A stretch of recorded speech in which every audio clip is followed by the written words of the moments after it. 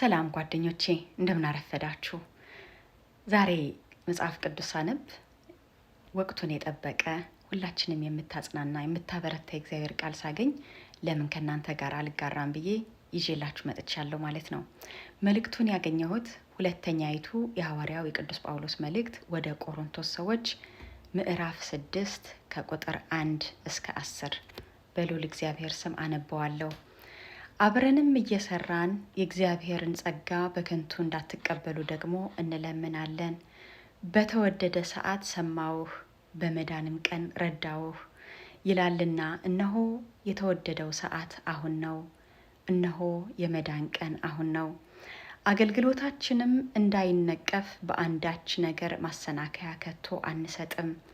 ነገር ግን በሁሉ እንደ እግዚአብሔር አገልጋዮች ራሳችንን እናማጥናለን።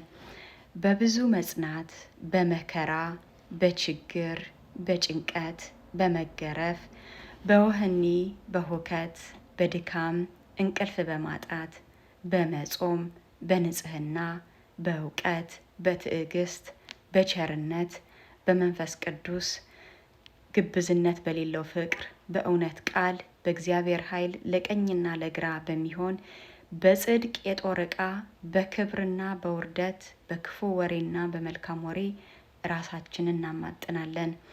አሳቾች ስንባል እውነተኞች ነን።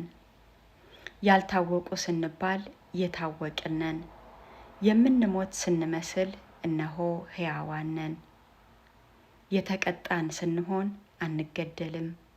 ሐዘንተኞች ስንሆን ዘወትር ደስ ይለናል።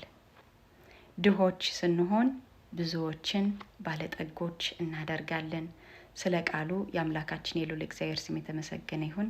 መልካም ቀን።